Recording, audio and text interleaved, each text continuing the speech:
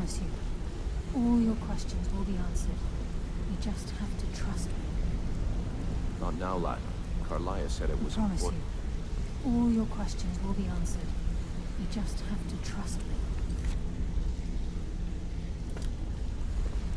Need something? Brynjolf, the time has come to decide Mercer's fate. Until a new guildmaster is chosen, the decision falls to you. Aye, lass. And I've come to a decision. Mercer Frey tried to kill both of you. He betrayed the guild, murdered Gallus, and made us question our future. He needs to die. We have to be very careful, Brynjolf. Mercer is a nightingale, an agent of Nocturnal. It's all true. Everything I heard in the stories. The Nightingales, their allegiance to Nocturnal, and the Twilight Sepulchre. That's why we need to prepare ourselves and meet Mercer on equal footing. Just outside of Riften, beyond the southeast gate is a small path cut up the mountainside. At the end of that path is a clearing, and an old standing stone. I'd ask you both to meet me there.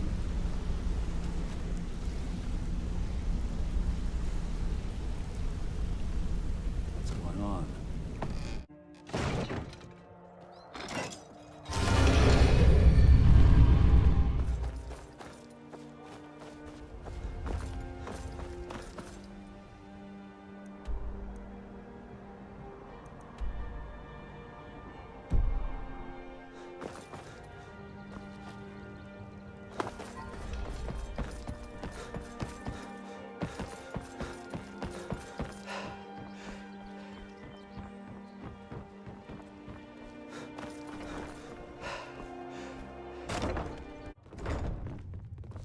I'm the brewmaster around here.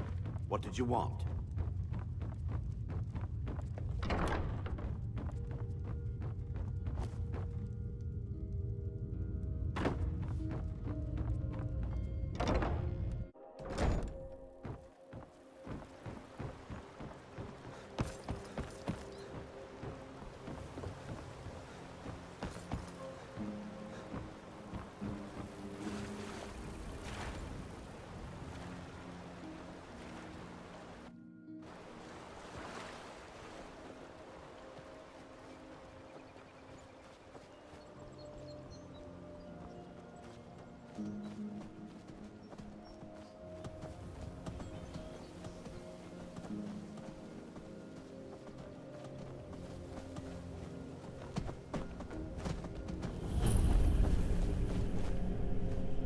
I'm glad you're here. This is the headquarters of the Nightingales, cut into the mountainside by the first of our kind. We've come to seek the edge we need to defeat Mercer Frey. If you follow me, I'll try to explain on the way.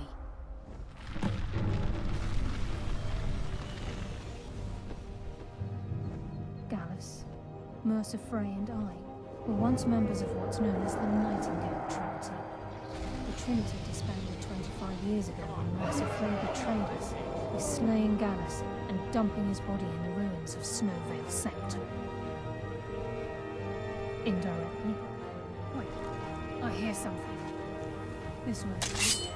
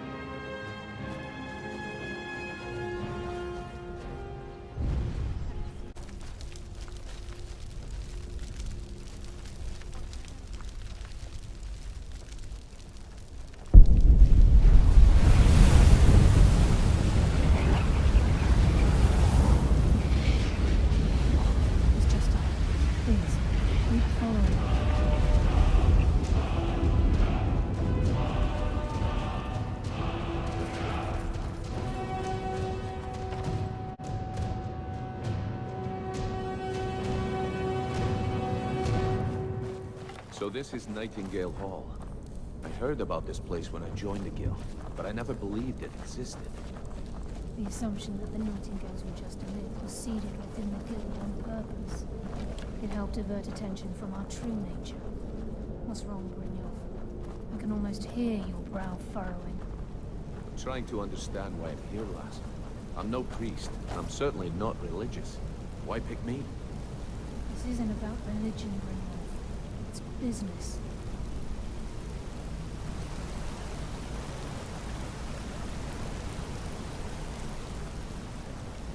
It's just ahead. Please. This is Nightingale. May the first of the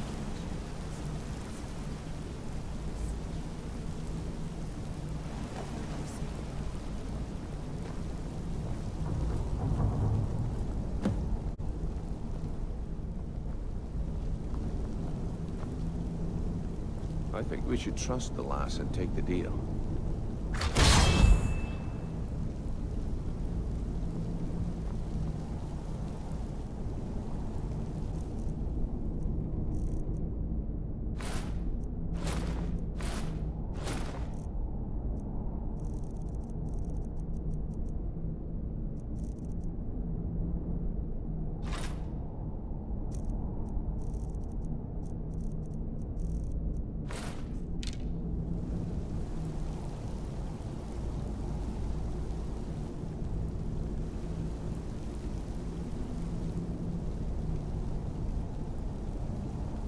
You appear ready for the oath.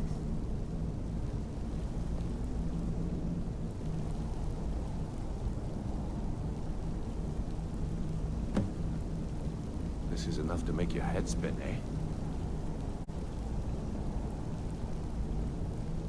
You appear ready for the oath.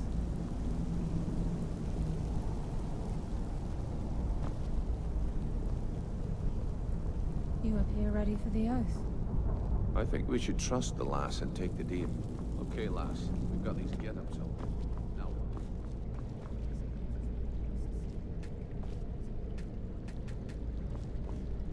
Whoa there, lass. I appreciate the armor, but becoming a Nightingale?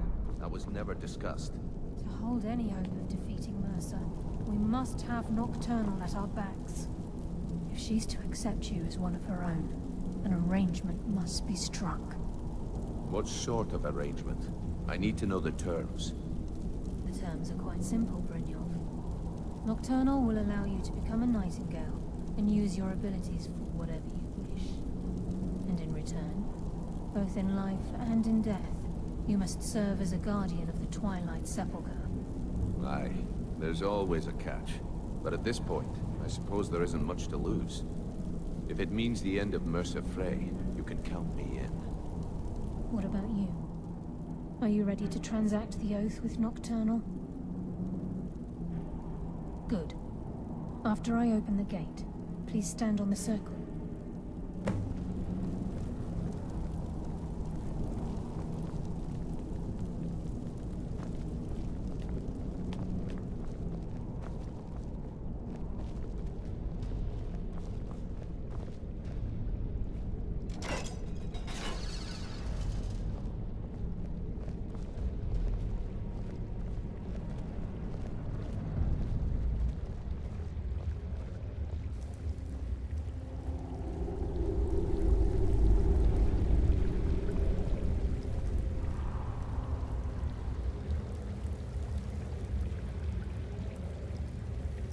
I call upon you, Lady Nocturnal, Queen of Murk and Empress of Shadow.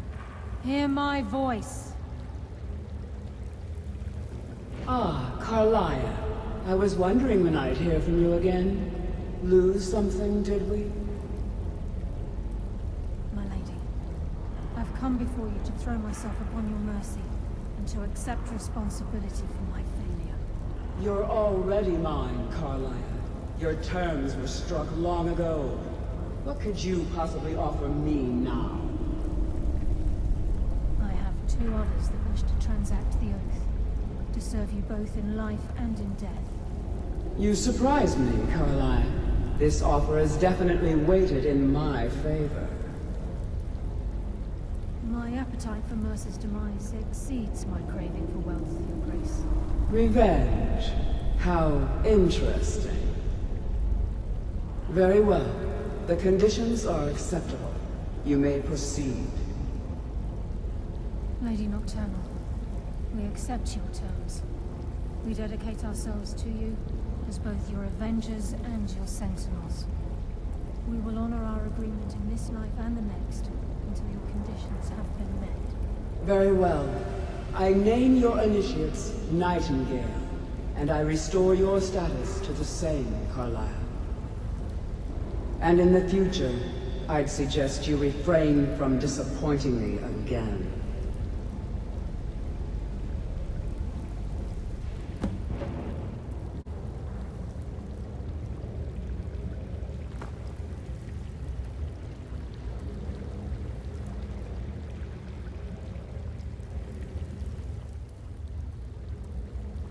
I suggest Now you that talk you've to Carlyle transacted the first. oath, She has it's some time to views that reveal the will final stop. piece of the puzzle to you.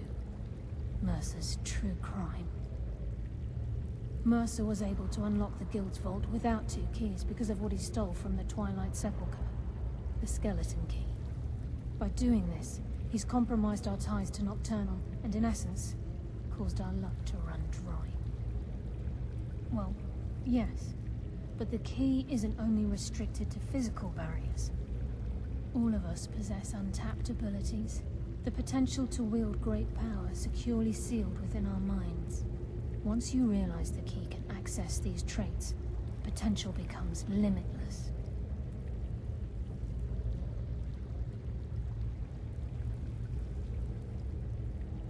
I'm afraid that's impossible.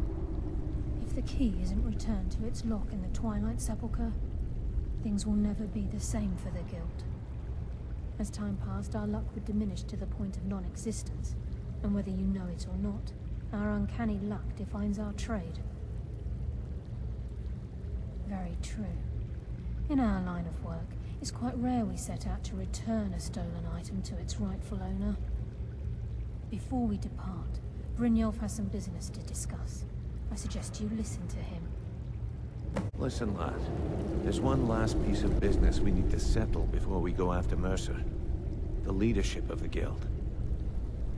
Carlyle and I had a long discussion before you arrived here. Thanks to your efforts, Mercer's treachery has been exposed. After we deal with him, all that remains is restoring the Guild to its full strength. As a result, we both feel that you have the potential of replacing Mercer as leader of the Thieves Guild. I've been at this game a long time, my friend. A long time. I've stolen trinkets from nobles and framed priests for murder. I'm good at what I do, maybe even one of the best, but it's all I know. I've never been one to lead. Never desired it, never cared for it. Don't want it.